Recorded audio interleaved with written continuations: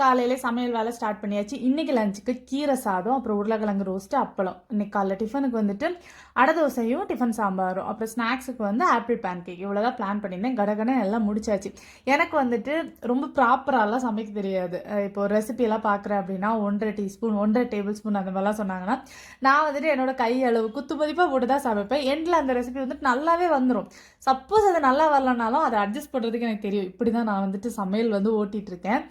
ஆனால் எனக்கு ப்ராப்பராக சமைக்கணும். இந்த செஃப் எல்லாம் சமைப்பாங்கள்ல, அந்த மாதிரி ரொம்ப பார்த்து பார்த்து அந்த மெஷர்மெண்ட்லாம் ரொம்ப கரெக்டாக போட்டு சமைக்கணும்னு ரொம்ப ஆசை. ஆனால் எனக்கு அவ்வளோ பொறுமையே இல்லை.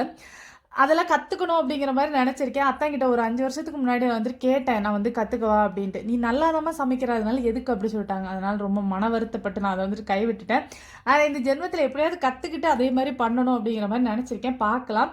நீங்களும் என்ன மாதிரியா இல்லைன்னா ரொம்ப ப்ராப்பராக சமைப்பீங்களா அப்படிங்கிறத கமெண்ட்டில் சொல்லுங்கள், நான் தெரிஞ்சுக்கிறேன்.